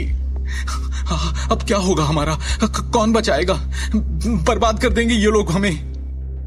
मैं इस मामले को अच्छी तरह से संभाल लूंगा, इसीलिए आपको अब और चिंता करने की जरूरत नहीं है। शिवम ने स्पष्ट शब्दों में आत्मविश्वास के साथ पूरे परिवार से कहा, करण या उसके परिवार वाले हमारा कुछ नहीं बिगाड़ पाएंगे। क्या कर लोगे तुम? क्या तुम इस लायक हो? सिमी ने एक ठंडी मुस्कान के साथ व्यंग्यात्मक लहजे में कहा, तुम्हारी तो इतनी हैसियत भी नहीं कि उस समय शिवम ने सिमी की तरफ अपनी भावहीन निगाहें घुमाई और उसके शब्दों को चुप कर दिया। उसकी आंखों से जैसे सिमी की आंखें मिली, उसे ऐसा लगा जैसे शिवम आज पूरी तरह से एक अलग इंसान बन गया है। वो कांप गई। उसे डांटने के लिए जबान खोली थी, पर अब उसकी बोलती खुद ही बंद हो गई। शिवम ने दोबारा दृष्टि की ओर नम्रता के साथ देखा और प्यार से उसे आश्वस्त किया, फिक्र मत करो दृष्टि, अब कुछ बुरा नहीं होगा, मैं हूं ना तुम्हारे साथ। हालांकि दृष्टि को समझ नहीं आ रहा था कि क्या हो रहा है, फिर भी उसने अपने दिल में एक बड़ी गर्मजोशी महसूस की। शिवम ने धीरे से उससे पूछा, भरोसा है ना मुझ पर? इस सटीक क्षण में उसने पहली बार ऐसा महसूस किया कि वो उस पर भरोसा कर सकती है। हाँ है, उसने कहा और जवाब में सिर हिलाया। शिवम के करण पर हाथ उठाने का क्या अंजाम भुगतेगा दृष्टि का परिवार, या फिर शिवम सच में उन्हें बचा लेगा? क्या अपनी तक्षक विद्या का इस्तेमाल करने के लिए ये शिवम का पहला मकसद होगा? क्या अब नारंग परिवार शिवम का अलग रूप देखेगा? नारंग ज्वेलरी ग्रुप की इमारत की हर मंजिल पर आज एक असामान्य उथल पुथल थी। कर्मचारियों में अफरा तफरी मची थी। क्या चल रहा है? कॉरपोरेशन में इतनी अफरा तफरी क्यों है? बड़े भाई साहब, क्या है ये सब? मैं गोल्फ खेल रहा था, अचानक एक के बाद एक हमारे कई बड़े क्लाइंट्स के कॉल्स आने शुरू हो गए कि वो नारंग ग्रुप के साथ अपनी डील रद्द करना चाहते हैं। इसके सिवा और तो कोई वजह नहीं है कि हमारी कॉरपोरेशन अचानक इस तरह से लड़खड़ा जाए। अचानक नारंग परिवार के सबसे बड़े भाई और नारंग ग्रुप के डायरेक्टर अमिताभ नारंग ने सभी का ध्यान अपनी ओर आकर्षित करने के लिए जोर से खांसी की। सब लोग बहस करना बंद करें, पहले बिजनेस की बातें करें। इस तरह की समस्या को हल करने का हमेशा एक तरीका होगा। अमिताभ नारंग के चेहरे पर आज अलग ही भाव थे। जब से उन्होंने नारंग ग्रुप के डायरेक्टर का पद संभाला, तब से कॉरपोरेशन बिना किसी रुकावट, गिरावट या बिना किसी नुकसान के सुचारू रूप से चलती आ रही थी, क्योंकि इससे पहले कभी किसी ने ऐसी हिला देने वाली स्थिति का सामना नहीं किया था। जैसे ही बैठक कक्ष तुरंत शांत हुआ, सभी ने चिंतित भावों से अमिताभ नारंग को देखा और उनके बोलने का इंतजार करने लगे। डायरेक्टर सर, आपने जिन डेटा की कैलकुलेशन मांगी थी वो आ गई है। हमारे कितने बड़े और पुराने क्लाइंट्स ने आज के आज हमारे साथ कॉन्ट्रैक्ट खत्म कर लिया है, बताओ मुझे। डायरेक्टर सर, आंकड़ों के अनुसार हमारे नारंग ग्रुप के शेयर्स में आज 30% से अधिक की गिरावट आई है और पहले ही क्रैश हो चुके हैं। इससे छोटे शेयर धारक घबरा गए हैं और अपने शेयर्स तुरंत वापस लेने का अनुरोध कर रहे हैं। अब इसके अलावा 1 दर्जन से भी ज्यादा शहरों में हमारी ज्वेलरी के सेल्स चैनल आज काट दिए गए हैं और हमें हमारे सारे कॉन्ट्रैक्ट्स खत्म करने के लिए फोर्स किया गया है। इन सब के अलावा ईस्टर्न प्रांत की ज्वेलरी और उससे जुड़ी हुई 20 से भी ज्यादा कंपनीज, ज्वेलरी कॉमर्स एसोसिएशन और जनरल चैम्बर ऑफ कॉमर्स ने संयुक्त रूप से सार्वजनिक रूप से घोषणा की है कि वो हमारे नारंग ग्रुप का सहयोग नहीं करेंगे। अभी स्थिति ये है कि मार्केट में हमारे नारंग ग्रुप पर कोई भरोसा करने को तैयार नहीं है। अमिताभ नारंग का चेहरा ऐसे पीला पड़ गया जैसे उन्होंने कोई भूत देख लिया हो। उन्हें खुद अभी तक ये बात समझ नहीं आ रही थी कि उन्होंने किस ताकतवर शख्स को इतना नाराज कर दिया कि उसने पूरे के पूरे नारंग ग्रुप का दिवालिया निकाल दिया, वो भी एक दिन के अंदर। उन्होंने अजीत की तरफ देखा और पूछा, अजीत, क्या तुम इस समस्या का कोई समाधान लेकर आए हो? चिंता वाली बात यह है कि कोई स्पष्ट रूप से पर्दे के पीछे के तार खींच रहा है और हमारे ग्रुप को निशाना बना रहा है। हालांकि अजीत नारंग को भी समझ नहीं आ रहा था कि क्या किया जाए। उसका चेहरा राख हो गया था। अभी के लिए हमें तार खींचने के लिए जिम्मेदार व्यक्ति का पता लगाना चाहिए। हम तब तक देख सकते हैं कि क्या बातचीत के लिए अभी भी कोई जगह है। अजीत नारंग ने असहाय रूप से कहा। दोनों मुखिया समझ नहीं पा रहे थे कि उन्होंने किसे नाराज किया है। आखिर किसके पास एक दिन के अंदर नारंग ग्रुप को दिवालिया होने के कगार पर खड़ा करने की शक्ति थी। ये देखकर कि दोनों मुखिया भी बेबस थे, बैठक कक्ष और भी बेचैन हो गया, क्योंकि शेयरधारक आगे की चर्चा में पड़ गए कि तभी कक्ष के दरवाजे पर दस्तक हुई और वो चश्मे वाली युवा महिला सेक्रेटरी फिर से अंदर आई। उसके चेहरे पर इस वक्त और भी ज्यादा परेशानी के भाव थे। महिला सेक्रेटरी ने गंभीर लहजे में कहा, वाइस चेयरमैन, किसी ने हमें अभी फोन किया है। वो रायजादा ग्रुप के सेक्रेटरी विक्रम टोकस हैं। इस बार वो आपसे नारंग ग्रुप के मामलों पर कुछ बात करना चाहते हैं।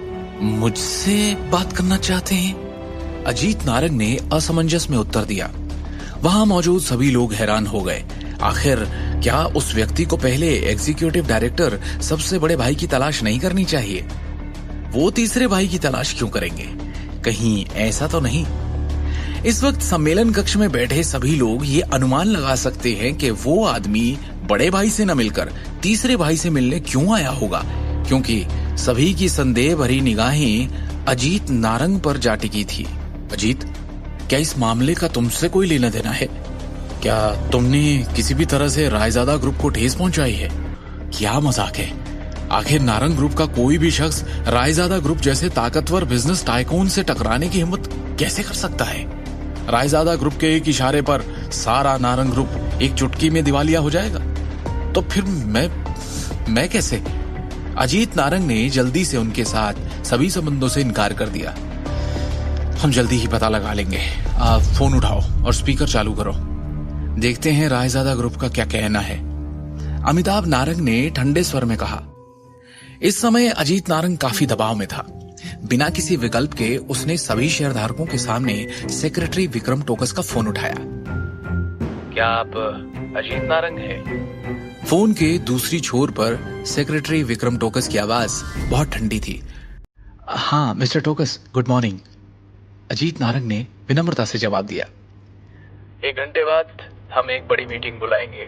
इसके लिए प्लीज नारंग ग्रुप के सारे मैनेजमेंट को फौरन सूचित कर दीजिए।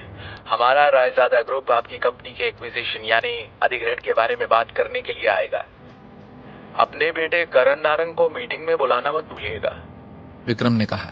जी बिल्कुल, अजीत ने तुरंत उत्तर दिया, क्योंकि वो विक्रम टोकस को अपमानित करने की जरूरत नहीं कर सकता था। फोन की एक बीप के साथ विक्रम ने आखिरकार कॉल काट दिया। अजीत नारंग, उसका चेहरा पीला पड़ गया। अपने बेटे का नाम सुनने के बाद उसे एक बड़ी बेचैनी महसूस हुई। कॉल खत्म होने के बाद वहां मौजूद सभी शेयरधारकों ने अजीत नारंग को और भी अधिक शत्रुता और संदेह की दृष्टि से देखा। चूंकि मामला अर्जेंट है, हम एक बार में ही बैठक बुलाएंगे। कंपनी के पूरे मैनेजमेंट को सूचित किया जाए और रायजादा परिवार के लोगों के आने का इंतजार करें, अमिताभ नारंग ने गंभीर स्वर में कहा। 3 घंटे बीत गए। बैठक कक्ष में माहौल बेहद तनावपूर्ण हो गया था, क्योंकि सभी घबराकर इंतजार कर रहे थे। मिस्टर नारंग, क्या हमें फोन नहीं करना चाहिए? वो आ भी रहे हैं कि नहीं? शेयरधारकों में से एक से अब इंतजार नहीं हो रहा था। अनुभव था ही इतना कष्टदायक। हम केवल इंतजार कर सकते हैं। आखिरकार हमारे ग्रुप की जीवन रेखा पहले से ही रायजादा परिवार के हाथों में है, अमिताभ ने गंभीरता से कहा।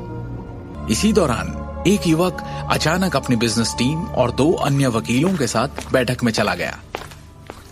सब लोग मुझे अपना परिचय दें। मैं रायजादा ग्रुप के नारंग ग्रुप एक्विजिशन का इंचार्ज हूं। सेक्रेटरी विक्रम टोकस ने गंभीर अभिव्यक्ति के साथ कहा। और हां, मैं नारंग ज्वेलरी ग्रुप का नया चेयरमैन भी हूं। डायरेक्टर अमिताभ नारंग की जगह कॉरपोरेशन के मामले अब मैं संभालूंगा। इतना कहने के बाद सेक्रेटरी टोकस ने चेयरमैन की कुर्सी खोल दी और बोल्ड अंदाज में बैठ गया। भवानी नारंग के निधन के बाद से नारंग ग्रुप के चेयरमैन का पद खाली था। यहां तक कि अमिताभ और अजीत नारंग ने भी खुद को डायरेक्टर के पद तक ही रखा। ये नजारा देखकर नारंग परिवार के सभी सदस्यों के चेहरे पर घृणा आ गई और वो चुप रहे, क्योंकि वो रायजादा ग्रुप को नाराज नहीं करना चाहते। सेक्रेटरी टोकस परिवार के सभी लोगों के हाव भाव देखकर मुस्कुराया और बोला, आगे बढ़ने से पहले ऐसा लगता है आप सब में काफी लोगों की समझ में नहीं आया कि अभी स्थिति एग्जैक्टली है क्या। इस समय मेरे हाथों में नारंग की ज्वेलरी ग्रुप के 55% शेयर हैं। इसके अलावा मैं मैनेजमेंट के तहत 20 ज्वेलरी फैक्ट्रीज और 30 आभूषण फ्लैगशिप स्टोर्स के कंट्रोल में हूं। मेरा मानना है कि अगर मैं चेयरमैन का पद लेता हूं तो किसी को आपत्ति नहीं होगी, है ना? टोकस के ये शब्द एक ढोल की तरह लग रहे थे जो सभी के मन में गहराई से उतर गए, जिससे वो चुप हो गए। ये एक्विजिशन के दस्तावेज हैं, प्लीज आप सभी एक बार ध्यान से पढ़ लीजिए। टोकस ने दस्तावेज की कॉपियां सभी में बांटने का आदेश दिया। उपस्थित सभी शेयर धारकों ने दस्तावेजों को पढ़ते हुए और गहराई से विचार करते हुए गंभीर भाव प्रकट किए कि तभी शांति में विक्रम टोकस की आवाज फिर से आई, एक अलग अंदाज में। इतने में वहां मौजूद सभी एक ही दिशा में देखने लगे और पीछे से करण निकलकर सामने आया। विक्रम ने उसे ज़हीन नजरों से देखा। मैं हूं करण नारंग, लेकिन मैं ये नहीं समझ पा रहा हूं कि आपको मुझसे क्या काम है मिस्टर विक्रम टोकस। करण ने झुंझलाहट भरी आवाज में ईमानदारी से कहा, अब मेरा मतलब है विक्रम सर। विक्रम ने बिना कोई प्रक्रिया दिए उससे पूछा, कंपनी में आपकी क्या पोजीशन है? और इतनी बड़ी कंपनी के मुलाजिम होने के नाते आपको इतना भी नहीं पता कि बिना बारी के बोलना सही नहीं? विक्रम ने यह कहते हुए करण की ओर अपनी ठंडी निगाह डाली और पास पड़ी मोहर उठाकर तेजी से करण की तरफ फेंकी। और जैसे ही वो सील करण के पेट से टकराई, उसके होश उड़ गए और उसे लगा जैसे उसे हथौड़े से मारा गया हो। जैसे ही उसके पेट से दर्द ऊपर की ओर बढ़ा, उसने बैठक से पहले खाया हुआ सारा खाना कॉन्फ्रेंस रूम की टेबल पर उल्टी कर दिया।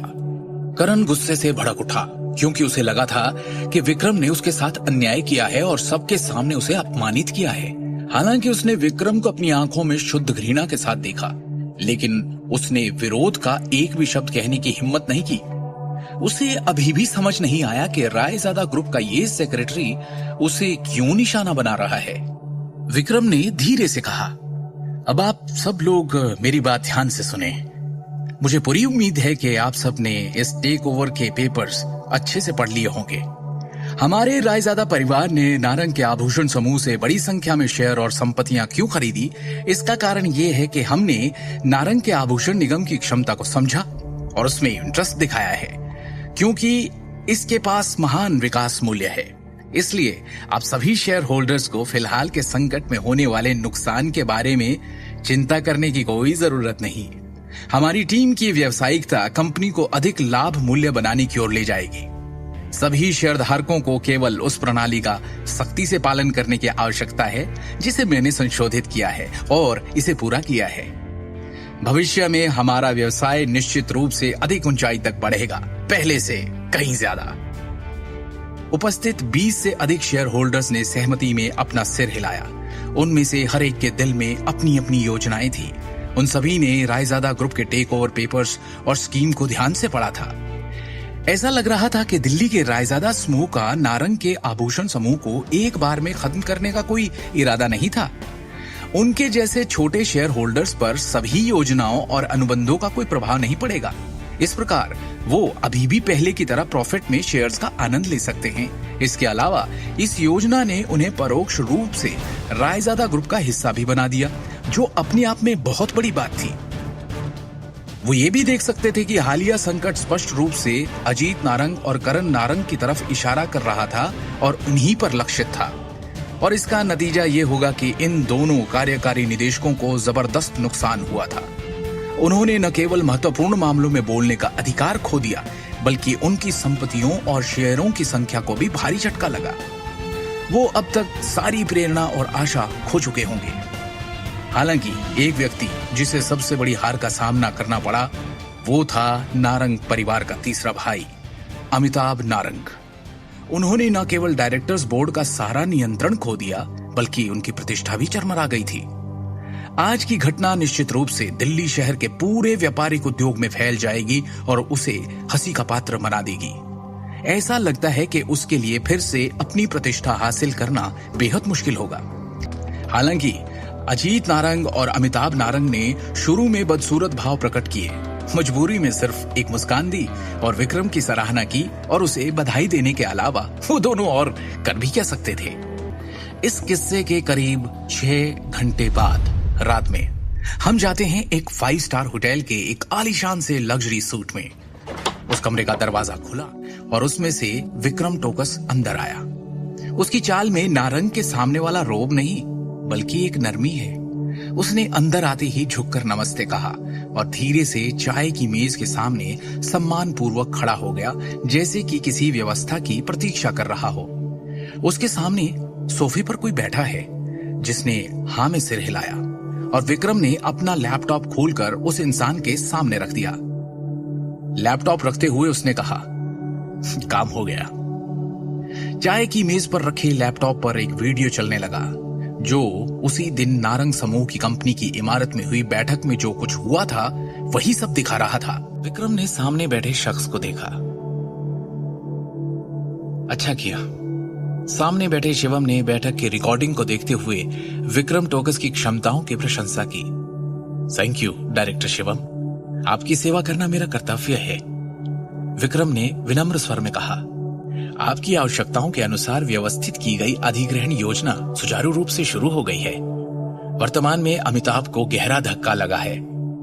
अभी भी बहुत सारे व्यापारिक दुश्मन अपनी चाल चलने के लिए सही समय की प्रतीक्षा कर रहे हैं, विक्रम ने सूचना दी। हालांकि चूंकि अमिताभ और शहर के सिंघानिया परिवार का एक दूसरे के साथ एक मजबूत रिश्ता है, इसलिए सिंघानिया परिवार ने उनकी मदद के लिए हाथ बढ़ाया है और उसे कुछ फंड ट्रांसफर किए हैं, जिससे अमिताभ अपनी वर्तमान स्थिति को स्थिर करने में कामयाब हुआ है। इस मामले में क्या हमें उन पर एक बार फिर हमला करना चाहिए और एक ही बार में दोनों परिवारों को नष्ट कर देना चाहिए? इसकी कोई जरूरत नहीं है, शिवम ने शांति से कहा। वैसे आपको अखिल नारंग के गहने कारखाने के मामले पर अतिरिक्त ध्यान देना होगा। शिवम ने पहले से कुछ सोचा हुआ था, जिसे याद करते हुए उसने कहा, सब कुछ सामान्य प्रक्रिया के अनुसार संभाला जाएगा। कारखाने के निदेशक अखिल नारंग को नारंग समूह की औद्योगिक श्रृंखला के अन्य छोटे शेयर होल्डर्स के जितने ही प्रॉफिट देना सुनिश्चित करें। शिवम ने नारंग के आभूषण समूह को खरीदने के लिए विक्रम के लिए उद्देश्यपूर्ण व्यवस्था की थी, जिसमें स्वाभाविक रूप से अमिताभ के परिवार के तहत संपत्ति और उसके ससुर के गहने कारखाने के ऋण शामिल थे। साथ ही उसने विक्रम के लिए सभी कारखानों को नारंग समूह के नाम से व्यवस्थित करने और उन सभी को समान प्रॉफिट देने की व्यवस्था की। इस तरह उसके ससुर की ज्वेलरी फैक्ट्री को नारंग समूह की औद्योगिक श्रृंखला में वापस आने का अवसर मिलेगा। ये बहुत अचानक या स्पष्ट नहीं होगा कि पर्दे के पीछे से कुछ तार खींचे जा रहे थे। कल जब आप नारंग एम्पायर जाएंगे तो एक न्यूज बुलेटिन जारी करने के लिए निदेशक मंडल के नाम का उपयोग करें, जिसमें साफ हो कि कंपनी कई रचनात्मक ज्वेलरी डिजाइनर्स और एक मुख्य डिजाइनर अधिकारी की भर्ती करने वाली है। यस सर, विक्रम ने उत्तर दिया। ठीक है, अभी आप जा सकते हैं और हाँ, आगे की हर खबर मुझे रिपोर्ट करें, शिवम ने स्पष्ट रूप से कहा। अगले दिन छतरपुर जिला दृष्टि का घर। कंपनी के लोगों ने घर को फिर से सजाया और परिवार आखिरकार फिर से अंदर आ सका। शिवम ने सबके लिए खाना बनाया, जिसे पूरे परिवार ने मजे लेकर खाया। ऐसा लगता है कि इस बार हमें स्वयं देवताओं ने आशीर्वाद दिया है। हर चीज का कितना संतोषजनक अंत है। भाई साहब के अपने बेटे के साथ गिरने के बाद पिछले वर्षों में उनके द्वारा बनाए गए दुश्मनों ने उन्हें लात मारने का अवसर ले ही लिया।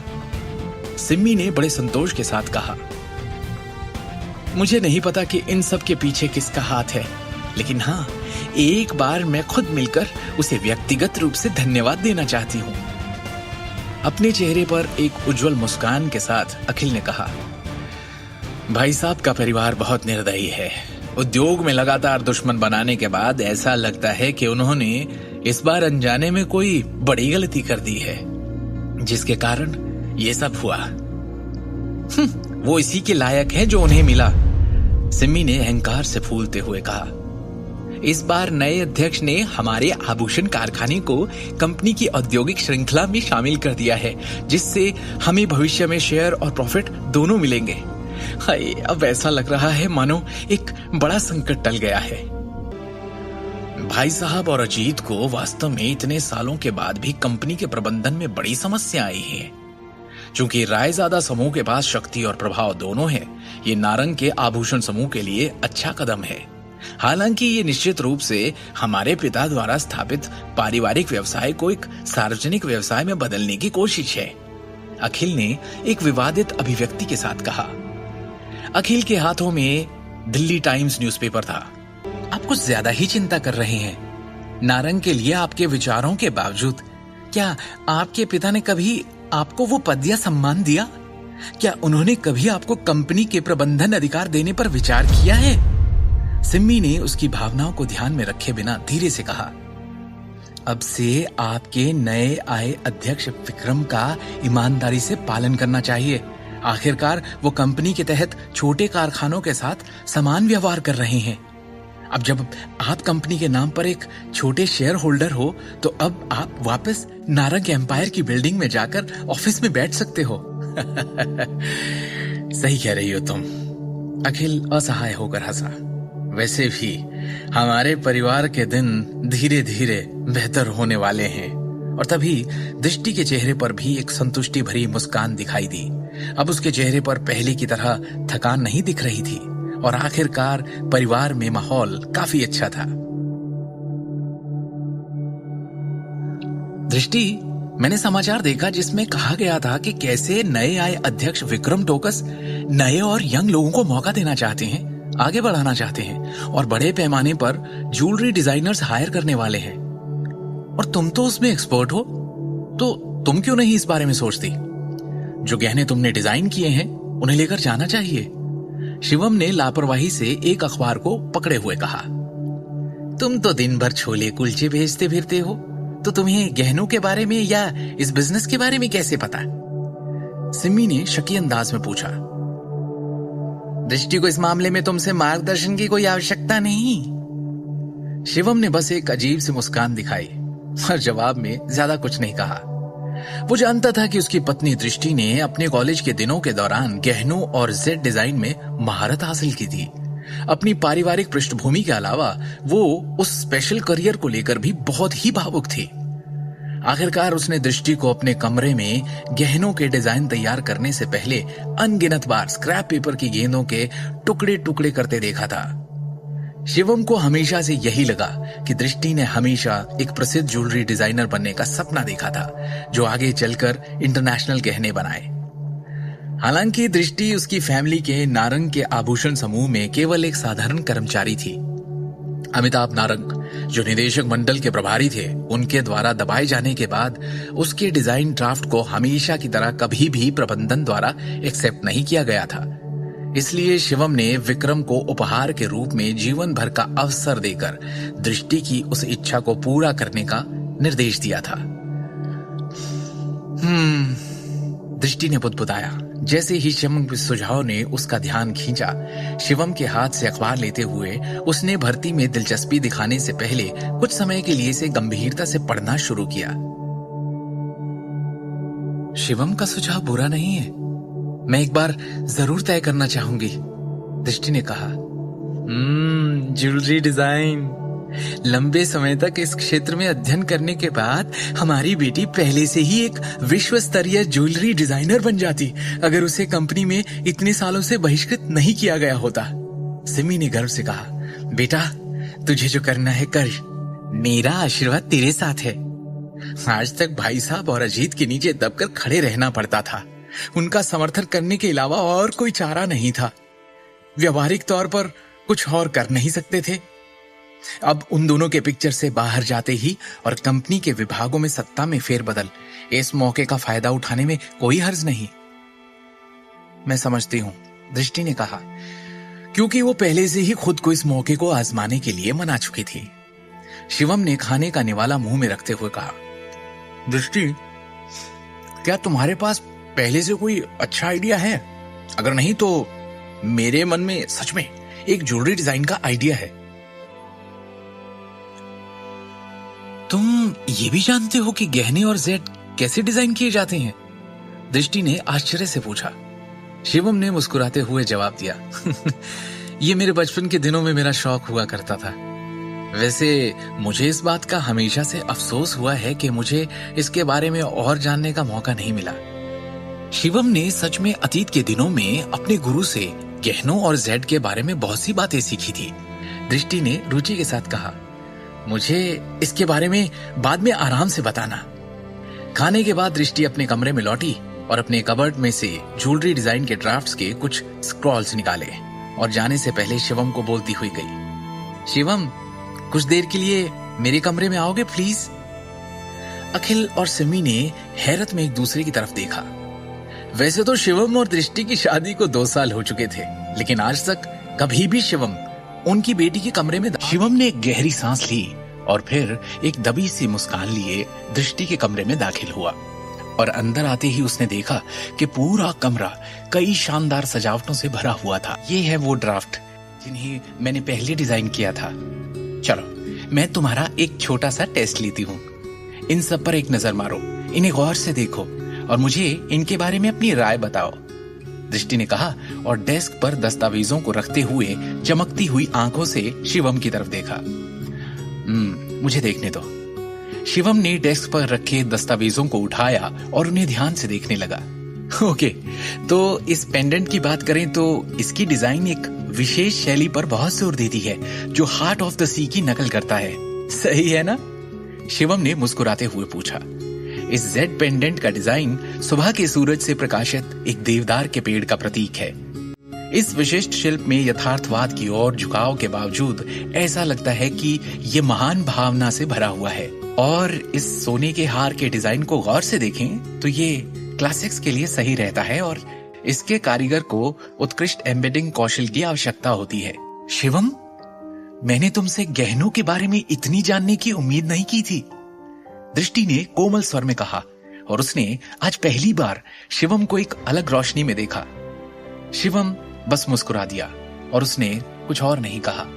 दृष्टि ने गंभीरता से कहा, वास्तव में मेरे पास एक ऐसा डिजाइन था जिससे मैं पहले बहुत संतुष्ट थी, लेकिन हमेशा बस सोचती रह गई और मुझे इसे बनाने का अवसर कभी नहीं मिला।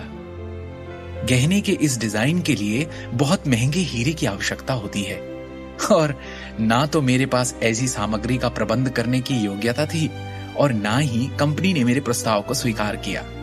ये एक ऐसा डिजाइन है जिस पर मुझे सबसे अधिक गर्व है, हालांकि मुझे अभी तक इसके लिए एक अच्छे नाम के बारे में सोचना है, दृष्टि ने कहा और वो ड्राफ्ट शिवम को सौंप दिया। शिवम ने वो दस्तावेज लिया और उसे ध्यान से देखते हुए उसका गंभीरता से विश्लेषण किया। जितना अधिक उसने डिजाइन को गौर से देखा और देखता रहा, उतना ही उस डिजाइन ने उसे चकित कर दिया। उस ड्राफ्ट का विश्लेषण करने के बाद उसके लिए यह स्पष्ट था कि दृष्टि के पास गहनों के डिजाइन में असाधारण प्रतिभा थी। सच कहूं तो मुझे लगता है कि तुम इसके डिजाइन में एक चाप और उससे भी अधिक बारीक नक्काशी जोड़ सकती हो। सामग्री के संदर्भ में हमारे पास अभी भी उच्च अंत रंगीन हीरे का उपयोग करने के अलावा कोई विकल्प नहीं है। इसके अलावा हमें सामग्री की आवश्यकता होगी, आकार में बड़ी होनी चाहिए, शिवम ने सुझाव दिया। मैं जानती हूं, लेकिन क्या इसे बनाना बहुत महंगा नहीं होगा? इसकी लागत के अलावा इसका उत्पादन करना भी बेहद मुश्किल होगा, दृष्टि ने झिझकते हुए कहा। मुझे लगता है सब आराम से हो जाना चाहिए, शिवम ने उसे आश्वस्त किया। तुम्हें बस अपने आप में और अधिक आत्मविश्वास रखने की आवश्यकता है। इसे दुनिया के सर्वश्रेष्ठ गहनों के रूप में सोचने का प्रयास करो। दृष्टि ने शिवम को अपनी चमचमाती आंखों से देखते हुए ध्यान से सुना। दोनों ने आधे घंटे तक उत्साह से बातें की अंत में गहनों के अंतिम डिजाइन को अंतिम रूप दिया गया। दृष्टि ने डिजाइन के ढांचे को देखते हुए एक संतुष्ट अभिव्यक्ति प्रकट की। ये तो बहुत अच्छा है शिवम, गहनों के डिजाइन के लिए तुम्हारी समझ और जानकारी बहुत ही उम्दा है। दृष्टि ने शिवम की प्रशंसा की। मैंने फैसला कर लिया है, मैं इस डिजाइन को एक कदम के रूप में इस्तेमाल करूंगी और अध्यक्ष विक्रम टोकस को इसका प्रस्ताव दूंगी। लेकिन हम इसे नाम क्या देंगे? दृष्टि ने थपथपाया और कुछ देर सोचा। शिवम ने भी कुछ देर सोचा और सुझाव दिया, विश्व के राजा। दुनिया का राजा? दृष्टि ने पूछा। दुनिया का राजा, दृष्टि ने उत्साह से कहा। मैं यही नाम रखूंगी, विश्व के राजा। ये हैं। और इस तरह दृष्टि ने पेंडेंट के नाम पर फैसला किया। डिजाइन के ड्राफ्ट को जल्दी से छांटते हुए दृष्टि ने अपना प्रस्ताव अध्यक्ष विक्रम को ईमेल के माध्यम से भेजा। उसी दिन अपने परिवार के साथ रात का खाना खत्म करने के बाद आखिरकार उसे जवाब मिला। विक्रम ने ईमेल में कहा, विचार काफी रचनात्मक है, कल कंपनी में आए और मुझसे मेरे ऑफिस में मिले। दृष्टि को उसके डिजाइन के अप्रूवल की खबर मिलते ही उसमें उत्साह की लहर फूट पड़ी। अगले दिन सुबह दृष्टि के बहुत मनाने और रिक्वेस्ट करने पर शिवम भी उसके साथ कंपनी गया। जल्दी ही टैक्सी नारंग एम्पायर टावर पर आ गई और जल्दी ही वो दोनों कार से उतरे और लिफ्ट में आए। वो आखिरकार कंपनी के अंदर आ गए। जैसे ही वो दोनों कार्यालय की इमारत में गए, उन्हें अचानक उपस्थित सभी लोगों की अजीब निगाहें देखने को मिली। दृष्टि, तुम तो मार्केटिंग डिपार्टमेंट में हो ना? तुम्हें यहाँ आने की अनुमति किसने दी? ये कंपनी के मैनेजमेंट विभाग का कार्यालय है। क्या तुम कंपनी में अपनी वर्तमान स्थिति से अवगत नहीं हो? वहां से गुजरने वाली एक महिला अधिकारी ने दृष्टि को पहचानने के बाद बदसूरत अभिव्यक्ति के साथ कहा, ओ दृष्टि, क्या तुम्हारी बगल में खड़ा व्यक्ति वो नहीं है जिसने नारंग परिवार को शर्मिंदा किया है? वो कुख्यात निकम्मा दामाद शिवम है ना? नारंग परिवार के एक वरिष्ठ अधिकारी जो एक कार्यालय की कुर्सी पर बैठे थे ने देखा और एक चंचल अभिव्यक्ति के साथ कहा, मुझे याद है कि कैसे तान्या ने उसे चेतावनी दी थी कि वो फिर कभी उसके सामने ना आए। फिर भी तुम उसे कंपनी बिल्डिंग में लाने की हिम्मत कर बैठी।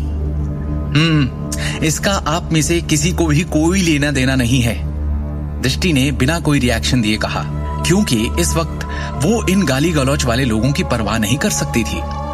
बिना किसी हिचकिचाहट के वो हाथों में ड्राफ्ट लेकर अध्यक्ष के कार्यालय की ओर चल पड़ी। रुको! इस समय कार्यालय की दूसरी ओर से एक परिचित लेकिन शक्तिशाली आवाज सुनाई दी।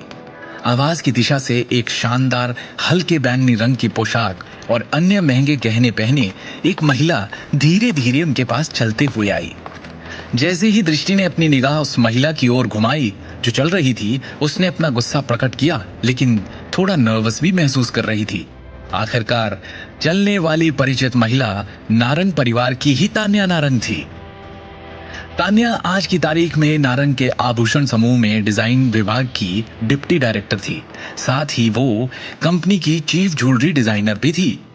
इसके अलावा वो कार्यकारी निदेशक अमिताभ नारंग की बेटी और करण की बहन भी थी, जिन्होंने स्वाभाविक रूप से उसे कंपनी में एक महत्वपूर्ण पोस्ट देकर रखी हुई थी। तान्या, कैसी हो? दृष्टि ने थोड़ा असहज महसूस करते हुए उसका अभिवादन किया। Please stop it. तान्या ने उसे हाथ दिखाकर चुप करा दिया और उसके बगल में खड़े शिवम को गुस्से से देखा। तुम अब भी मेरे सामने आने की हिम्मत करते हो? हाँ? थोड़ी भी शर्म नहीं है तुम्हारे अंदर? Tanya, I am sorry. Shivam और मैं आज यहाँ कुछ काम करने के लिए आए हैं, हम जल्द ही जाने वाले हैं, दृष्टि ने घबराकर कहा। दृष्टि को नर्वस देख शिवम ने कहा, दृष्टि, तुम्हें इससे माफी मांगने की कोई जरूरत नहीं है। तुमने कुछ भी गलत नहीं किया है। तुम्हें क्या लगता है, कौन हो तुम? मेरे सामने कुछ भी बोलने की हिम्मत कैसे हुई तुम्हारी? तान्या नारंग ने गर्व से अपना सिर उठाया और शिवम को तिरस्कार से देखा। तुम्हारा और मेरा हिसाब अभी तक पूरा नहीं हुआ है, समझे? और मुझे ताव दिखा रहे हो? दृष्टि कुछ कहने को हुई, जिससे पहले ही तान्या फिर बोल पड़ी। देखो, अब मैं क्या करती हूँ, जिस भी काम से तुम दोनों यहाँ आए हो उसे पूरा नहीं होने दूंगी मैं, समझे? अब देखो। तान्या की बात से दृष्टि थोड़ा घबरा गई, लेकिन शिवम ने शांति से कहा, मैंने तुम्हारी शादी में पहले ही माफी मांग ली थी, जबकि वहां मेरी कोई गलती भी नहीं थी। हिम्मत तो देखो शिवम, क्या तुम भूल गए हो जो मैंने तुमसे कहा था? बगल से अचानक एक गहरी आवाज आई। इस समय दर्श सिंघानिया चलते हुए आया और उसने शिवम और दृष्टि को घृणा के भाव से देखा। फिर उसने एक उच्च और शक्तिशाली रवैये के साथ उपहास किया। क्या तुमने सोचा था कि तुम केवल एक माफी के साथ निपट जाओगे? क्या तुम इन पिछले कुछ दिनों के बाद अपना सरनेम भूल गए हो? क्या तुमने वास्तव में सोचा था कि मैं तुम्हारी घटिया गहनों के कारखानों को बंद नहीं करूंगा? दर्श ने नारंग के ज्वेलरी ग्रुप में बड़ी रकम का निवेश किया था। निदेशक मंडल के सदस्यों में वो भी कार्यकारी अधिकारियों में से एक बन गया था। इसके अलावा वो दिल्ली शहर के द सिंघानिया फैमिली में शीर्ष परिवार का सबसे बड़ा बेटा था। तान्या ने अचानक दृष्टि के हाथ में ड्राफ्ट वाले बैग को देखा और तिरस्कार के साथ कहा, तुम यहाँ उस भर्ती नोटिस के लिए तो नहीं आई हो जिसे चेयरमैन टोकस ने जारी किया था, है ना?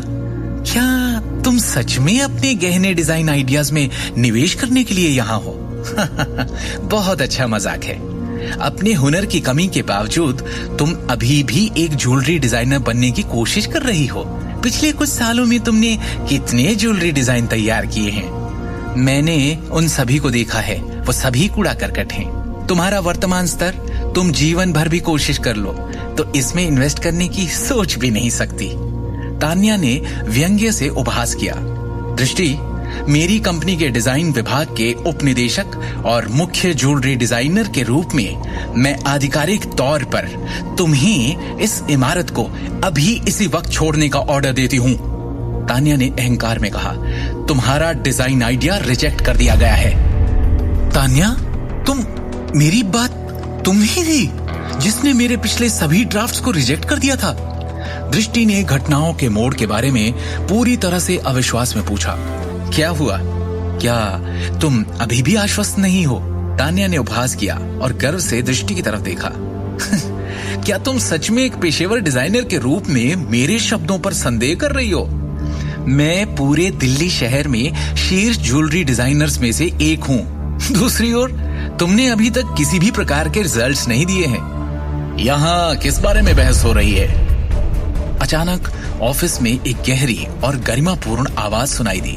सबने उस आवाज की दिशा में देखा और पाया कि चेयरमैन विक्रम टोकस अपने कैबिन से निकलकर बाहर आया और उसने धीरे से तान्या और दर्श पर अपनी निगाहें घुमाई। तान्या और दर्श का जो क्षणिक आत्मविश्वास था वो तुरंत ही घबराहट और डर में बदल गया। चेयरमैन सर, कोई बड़ी बात नहीं है, बस एक छोटी सी बात है। क्योंकि कुछ लोग हैं जो कंपनी के नियमों को नहीं समझते हैं, मैं बस उन्हें सबक सिखाने की कोशिश कर रहा था, दर्श ने कहा। ओहो, विक्रम ने दर्श की ओर देखा और पूछा, कौन है जो नियमों को नहीं जानते? दर्श ने तुरंत उत्तर दिया, असल में ये मार्केटिंग विभाग में एक छोटी क्लर्क है और इसका नाम दृष्टि है। ये बिना अनुमति के कंपनी के उच्च अधिकारियों के कार्यालय में आई थी, बस इसीलिए मैं उसे सही तरह से समझा रहा था। इसे मैंने ही मिलने के लिए बुलाया है। क्या आपको इसमें कोई दिक्कत है? विक्रम ने शांति से कहा। साथ ही मैं ये स्पष्ट कर दूं कि ये एक कार्यालय है। एक वरिष्ठ नेता के रूप में आपको क्या लगता है कि आप ऐसी जगह पर हंगामा करके क्या दिखाना चाह रहे हैं? मैं नहीं चाहता कि कोई भी कार्यालय में अनावश्यक शोर करे। अगर भविष्य में ऐसा कुछ भी हुआ तो तुम दोनों इस ऑफिस से बाहर निकाले जाओगे। ये कहने के बाद विक्रम ने एक मुस्कान के साथ दृष्टि की ओर देखा। विक्रम ने कहा, मिसेस दृष्टि, तो मैंने कल वो डिजाइन आइडिया देखा जो आपने मुझे मेल किया था और मैं काफी प्रभावित हुआ। मेरे ऑफिस में आइए जिससे हम आपके डिजाइन के विवरण के बारे में बात कर सकें। जी धन्यवाद विक्रम सर, दृष्टि ने गंभीरता से कहा और फिर तान्या, दर्श और अन्य लोगों पर ध्यान नहीं देते हुए विक्रम ने आगे की चर्चा के लिए दृष्टि और शिवम को अपने कार्यालय में ले जाने की पहल की। आगे की कहानी जानने के लिए देखिए अगला एपिसोड सिर्फ पॉकेट एफएम के YouTube चैनल पर और शिवम द हिडन वॉरियर के सारे एपिसोड्स को सुनने के लिए डिस्क्रिप्शन में दी लिंक से डाउनलोड करें पॉकेट एफएम ऐप।